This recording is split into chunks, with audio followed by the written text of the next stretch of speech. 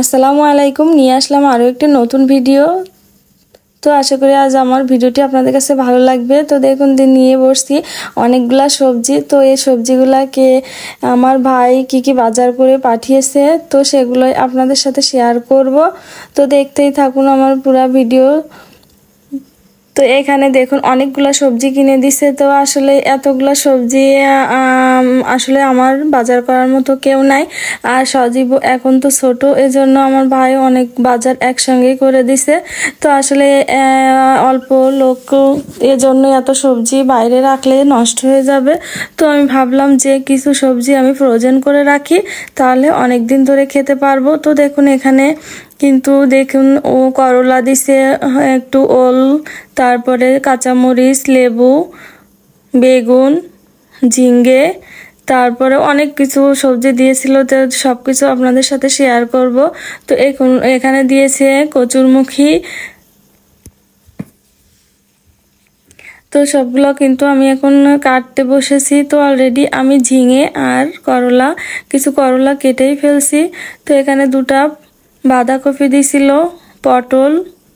তো এখন ঝিঙ্গাগুলো কিন্তু আমি কেটে রাখছি আগের থেকে।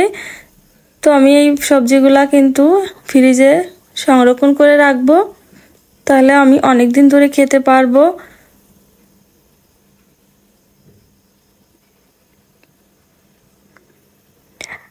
তো প্রথমে আমি দেখুন এখন করলাগুলো কেটে নিচ্ছি।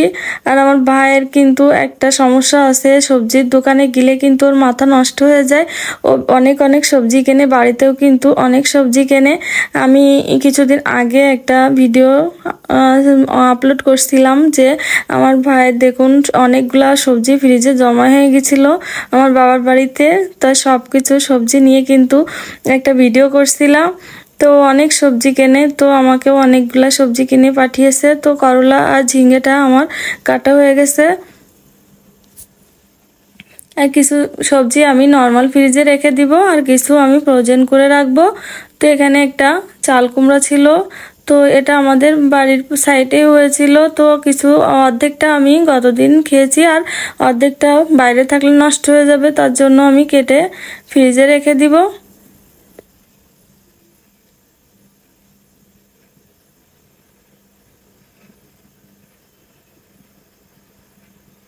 আর এমন কিছু সবজি আছে যে সবগুলো কিন্তু সেদ্ধ করে রাখা লাগে না। আসলে আমার ঝর্ণাপার কাছ থেকে এটা আমি শিখছি। আর ফ্রোজেন খাবার কিন্তু রান্নার আগে মানে জাস্ট আগ মুহূর্তে বের করে আইস শুদ্ধ কড়াইতে দিতে হবে, তাহলে এর স্বাদটা একদম নষ্ট হবে না। তো আমি এটা আগে জানতাম না, আমি ঝর্ণাপার কাছ থেকে এটা শিখছি। তো দেখুন শেখার তো আসলে শেষ নাই। তারপরে আমি এই বাঁধাকপিগুলোও কেটে নিচ্ছি। তো একটা আমি বাইরে রেখে দিব, আমি আগামী দিন খেয়ে ফেলবো। আর একটা আমি ফ্রোজেন করে রাখবো।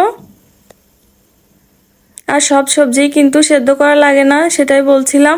আর এই সবজিগুলাও কিন্তু ফ্রোজেন মানে সেদ্ধ করা লাগবে না, এমনিতেই ধুয়ে পরিষ্কার করে পানি ঝরিয়ে আমি প্যাকেট করে ফ্রিজে রেখে দিতে পারবো। তো রান্নার আগে জাস্ট একটু বের করে রান্না করে নিলেই হয়ে যাবে।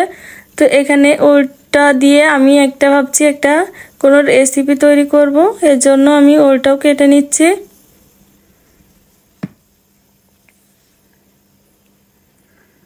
তো ভাবলাম ওল দিয়ে আমি একটু ভিন্ন ধরনের কোনো রেসিপি করব। তো তার জন্য আমি ওলের পিসগুলা কিন্তু একটু বড় করেই কাটছি।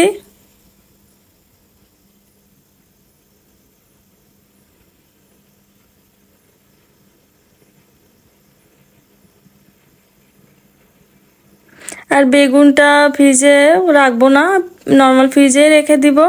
বেগুন পটল আমি নর্মাল ফ্রিজে রাখবো, আর বাকিগুলো আমি কেটে। আর দেখুন এখানে পেঁয়াজ, আলু, রসুনও দিয়েছিল। তো দেখুন এইগুলা কিন্তু আমি একটা প্যাকেটে ভরে আমি নর্মাল ফ্রিজে রেখে দিব। তো আগে এগুলা খেয়ে তারপরে ফ্রোজেনটাই খাবো। তো আপনারা যারা খুব ব্যস্ত কর্মজীবনে, যারা ব্যস্ত বা চাকরি করেন, তারাও কিন্তু এভাবে পুরো মাসের বাজার করে এভাবে রাখতে পারেন, তাহলে কিন্তু আপনার সময়ও বাঁচবে, একদিন কষ্ট করে পুরো মাস খেতে পারবেন। তো দেখুন আমার কিন্তু সবগুলা সবজি কেটে নেওয়া হয়ে গেছে। তো এখন আমি এগুলা ধুয়ে নিব। এখানে ছিল দেখুন এই কচুরমুখী, ঝিঙে, তারপর করলা, চাল কুমড়া, তারপর ওটাও আমি কেটে রাখছি, একটা রেসিপি করব। তার সবগুলো সবজি কিন্তু আমি ধুয়ে রাখছি।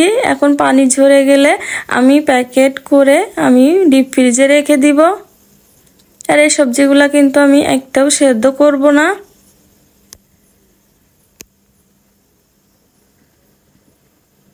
আর এইটা দিয়ে আমি একটা রেসিপি করব, তো আগামীতে আপনাদের সাথে সেই রেসিপিটাও শেয়ার করব। তো এখন আমি পানিটা ঝরে গেছে, এখন আমি একটা জিপলক ব্যাগে ঢুকিয়ে আমি ডিপ ফ্রিজে সংরক্ষণ করে রাখবো। তো প্রথমে আমি করলাগুলো একটা প্যাকেটে উঠিয়ে নিলাম।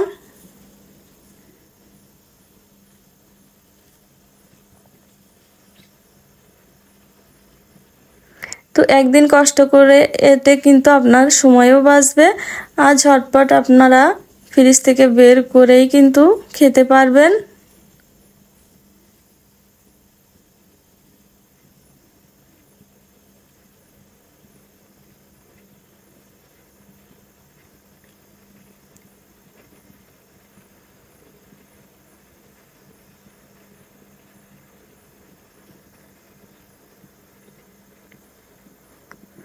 তো এখন আমি বাঁধাকপিগুলোকেও ঢুকিয়ে নেব একটা প্যাকেটে।